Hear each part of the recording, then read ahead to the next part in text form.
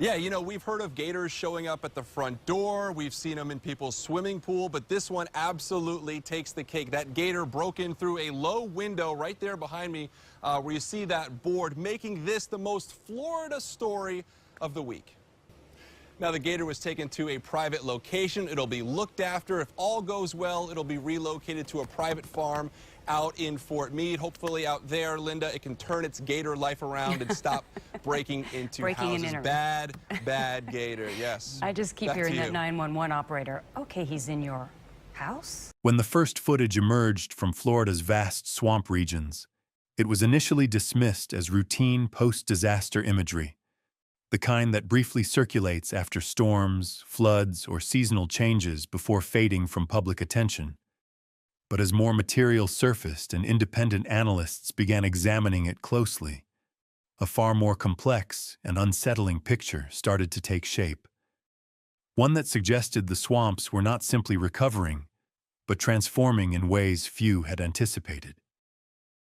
The videos, captured by a mix of wildlife researchers, local residents, and aerial survey teams, showed landscapes that looked familiar at first glance, yet subtly altered beneath the surface, with water levels behaving unpredictably, vegetation patterns shifting, and animal movement changing in ways that did not align with historical data from previous years.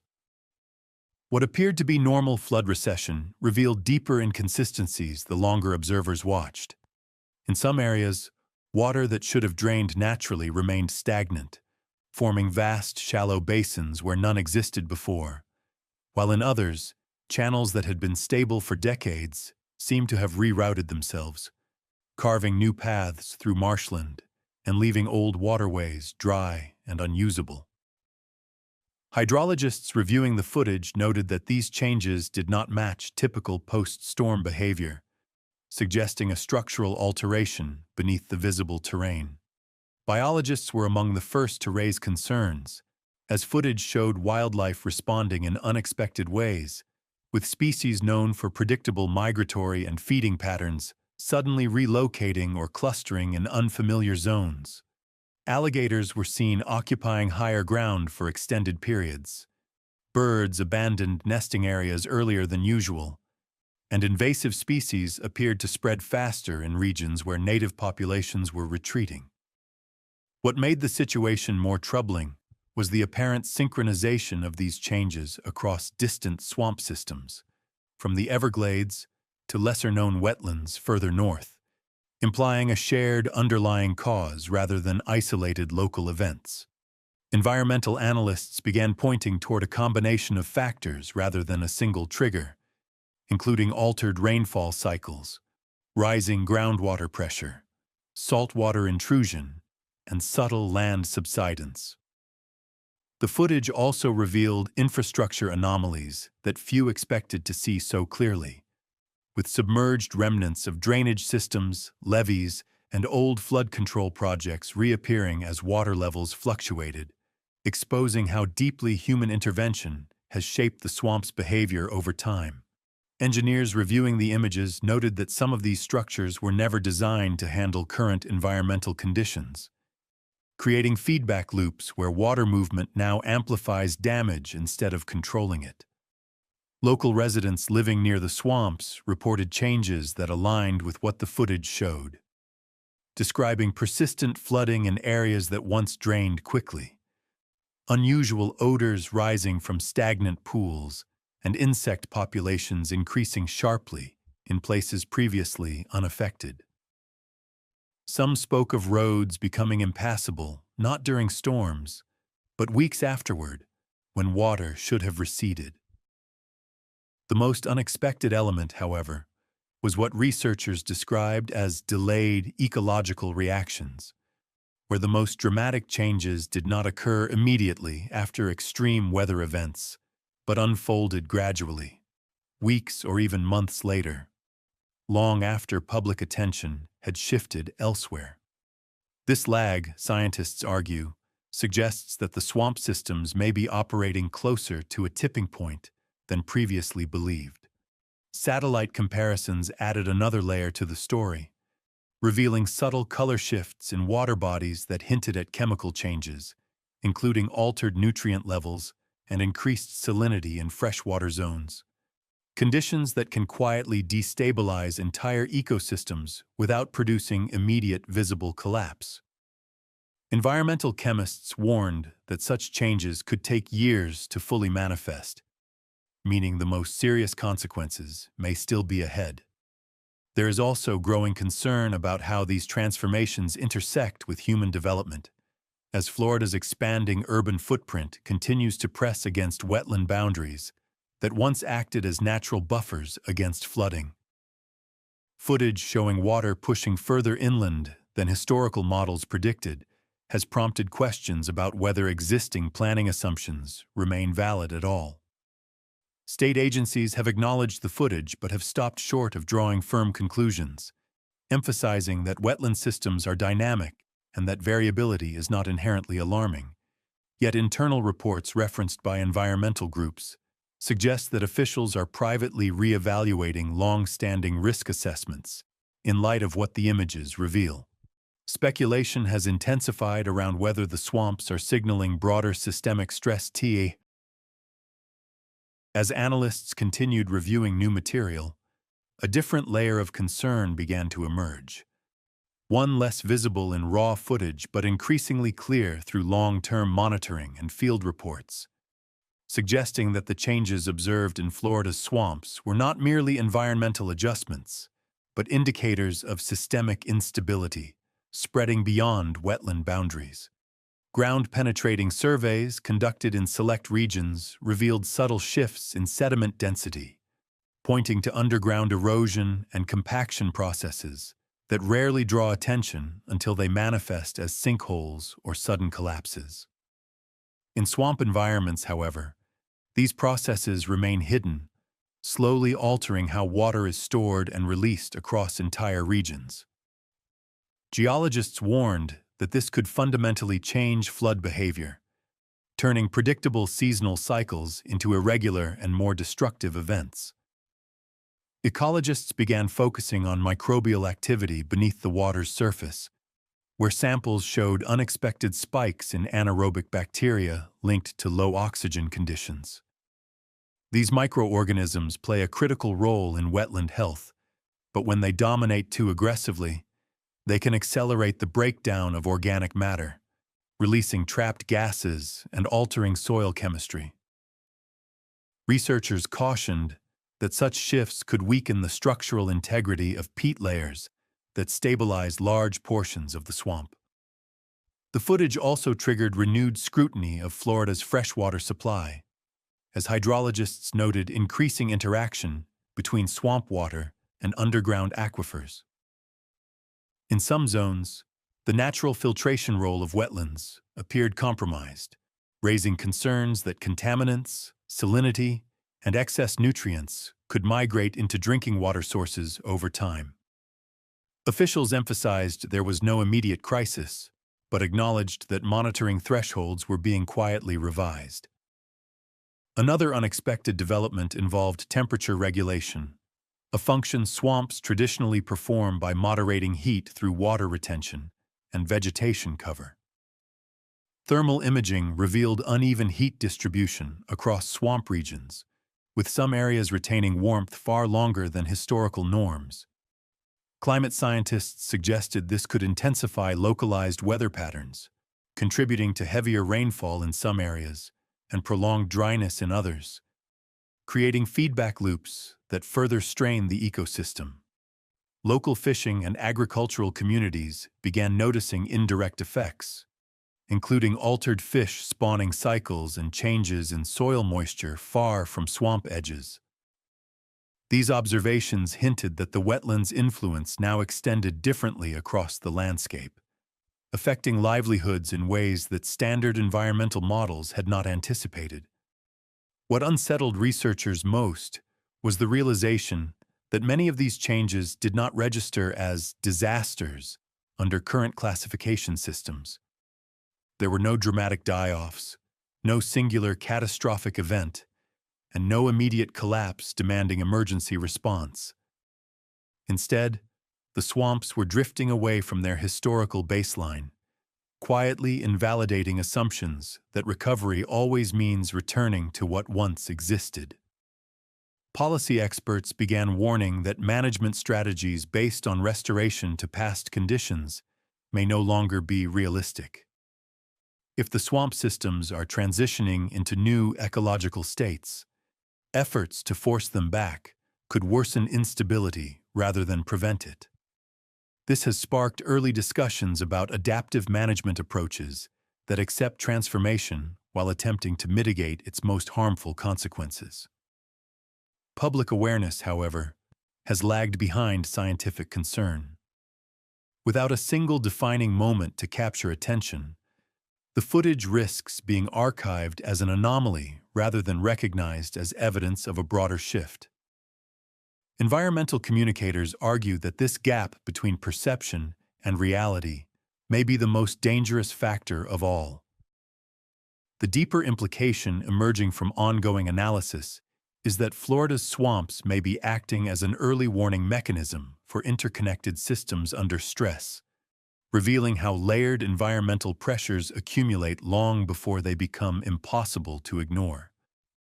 What is unfolding is not a sudden breakdown, but a gradual reconfiguration that challenges long-held beliefs about resilience and control.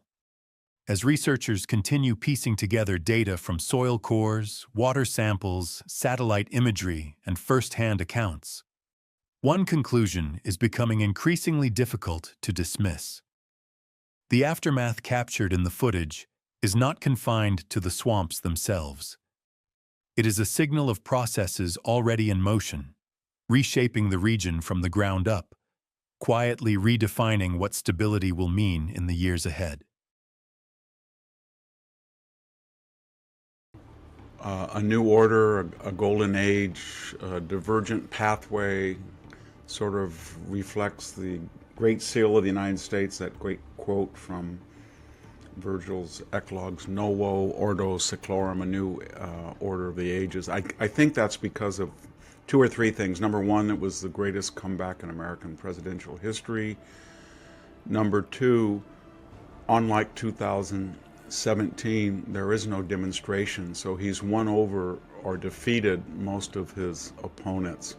By that I mean the tech lords. That picture of Jeff Bezos, Mark Zuckerberg, Mark Andreessen, Elon Musk sitting next to him.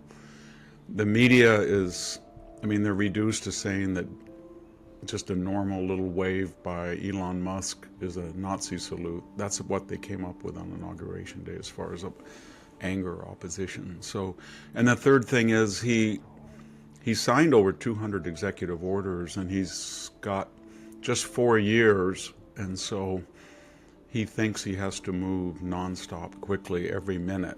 So I think we're going to be in for a roller coaster ride in the way we've never seen before. Well, he had a sad presidency, and he exited even more sadly. And I don't know what his intentions were, but he gave Trump credence of all the things he'd said. Trump had said, as many of us, that Joe Biden would wait to the very last minutes before pardoning his family. And he waited until Trump was actually giving his address right before he was going to be sworn in. Trump didn't know about it while he was speaking. But he did a lot of things. Then he just took away all the arguments, because these were not pardons, remember, of the traditional sense. We've only done this once in our history, given a preemptive pardon for crimes not noticed or never charged. We only did that with Gerald Ford's pardon of Richard Nixon. So that the left had been screaming and yelling in 2007 that Trump had talked about that for the January 6th, but then he didn't. So they were just totally embarrassed, shocked. They were hypocritical. They said, well, maybe it was okay for Biden, but it wasn't for Trump. And then, of course, they greenlighted Trump's own pardons of the J6 people. And it just brought to the fore that he had no defenders, because he had vociferously criticized the way he was deposed. The Obamas, he said, were in on it. Jill Biden blamed Pelosi. He blamed Barack and Schumer. And so there was no constituency left. He left the presidency as a solitary figure. Trump was left under a cloud of anger and invective, but he never lost his mega base. Biden has no base, no defenders, period, not even in his own party. Well, those were aspirational speeches. They were, pass the torch to a new generation, ask not what your country can do for you, what you can do for your country, Reagan, all of this, Morning in America, that stuff. But this was it was a blueprint of attack. He went through all of the things from DEI to energy to the border to crime, and he promised, he said, we're going to end illegal immigration. We're going to end this misinterpretation of the 14th Amendment on anchor babies. We're going to end catch and release. It was very detailed, but it was a plan of attack we haven't heard. And you could see the faces of our former presidents. It wasn't just that he bitterly attacked Joe Biden and by association blamed the Clinton-Obama record, but when they heard what he was detailing and promising, the faces of Barack Obama, Bill Clinton, Hillary Clinton, even George W. Bush, it was, oh my God, this man is a revolutionary. He's going to cancel everything that we did. And so that was pretty shocking, and everybody thought he would hold back. But he doesn't play by the Marquis of Queensberry rules. His view of the world is these people are pretty nasty people, and under the guise of sober and judicious language, they tried to impeach. They did impeach me twice. They tried to get me off the ballot. They waged lawfare in 5 different jurisdictions against me. They're not nice people, and I'm not going to play by their rules of, and I'm just going to call them out for what they were. I think it is. Marco Rubio, the new Secretary of State, more or less said what you just did. And I think for 2 reasons. The argument that Trump is making and Rubio is making is after World War II, when Russia, China were pretty much non-existent given the tolls of the war, what's now the European Union was flattened. Britain was broke after their heroic sacrifices. We were the only superpower, and the idea was we had to indulge the world so that they could reboot. And it worked with the Marshall Plan and asymmetrical tariffs. But we are no longer that country. We are no longer preeminent, even though we're doing pretty well. So Trump's argument is this was an ossified, calcified paradigm that long outlived its usefulness, and now we are going to look at ourselves vis-a-vis our friends and enemies in terms of America first.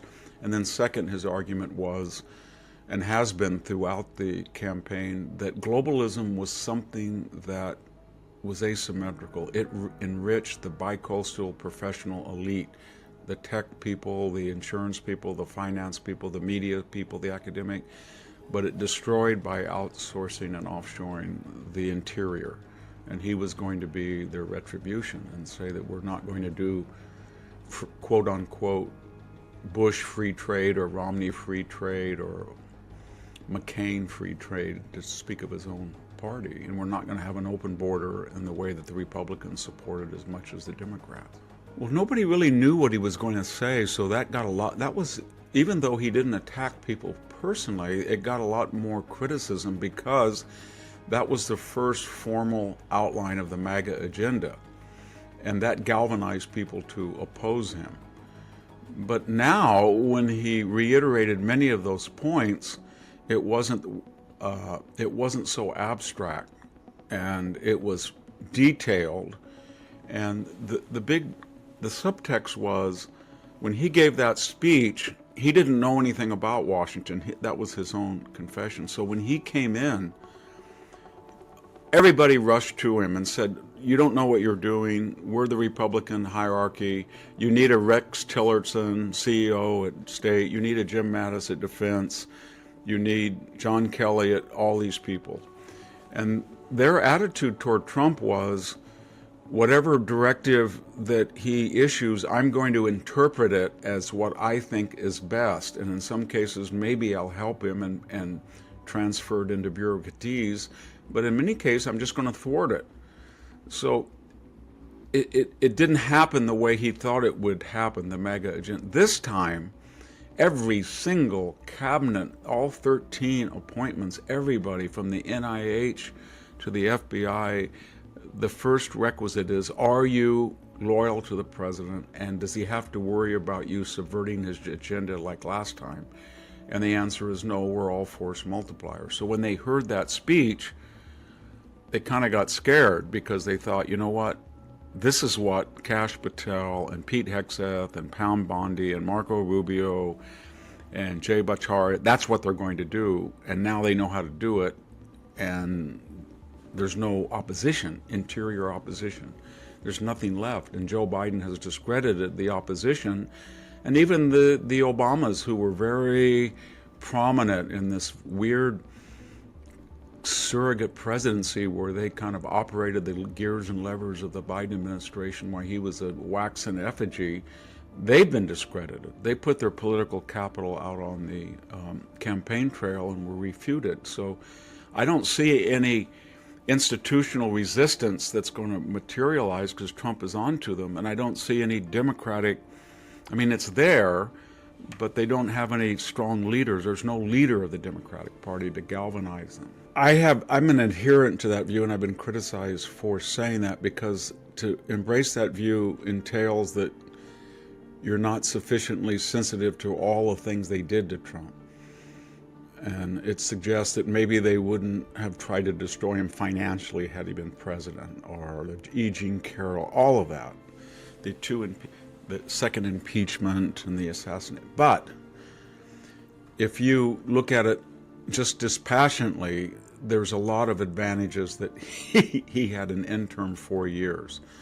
Number one, the Democrats were kind of a one-eyed Jack, and when Biden took over, they flipped it over, and we saw what they're really like. This is not the Harry Truman JFK party. This was a radical neo-socialist Jacobin globalist party. So they destroyed the border in a way we've destroyed the border, the Soros crime wave, the 4 to 6 trillion in printing money, the Afghanistan, the two theater. They saw the whole project right before their eyes, and it repelled them from the trivial, not the trivial, but cultural issues like transgenderism or major officials in the government wearing dresses or stealing women's luggage. All of this was just too much, and that was a result of Trump not being there. And then the second thing that happened, Trump, by his own admission, changed in two ways.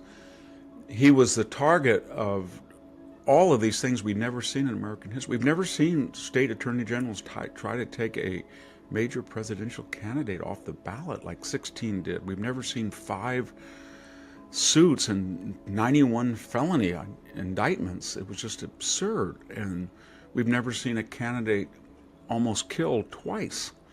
So I guess what I'm saying is, given all of that, Trump became much more, he became angrier, but he also came sort of reflective and said, you know what, they are doing that. I didn't realize that I represent to them a complete repudiation of who they are and where they were going, and they will do anything to destroy me. It's not so much personal like I thought, tit for tat. It's what I represent. And he really sort of transformed himself into the embodiment of a movement rather than Donald Trump, the Manhattan guy with the orange skin. They were always attacking him, and he was tweeting back. His tweet, I mean, he still is ad hominem a lot, but now he looks at the attacks on him kind of in a cosmic level, less about him personally and more about what he represents, and I think he likes that. And he's starting to say, this is about you, not just me, because of what we are trying to do. So yeah, in a weird way, he became a much more empathetic figure. I think if he had been president those years, he would have never had an opportunity to win over Jeff Bezos or Elon Musk, because they went over to him after the Biden administration coerced them, maybe some willingly, that may be the wrong verb, invited them to partner, whether it was Facebook censorship of the laptop or they sat down Mark Andreessen and said, this is what AI is going to be, and here are the winners and here are the loser companies.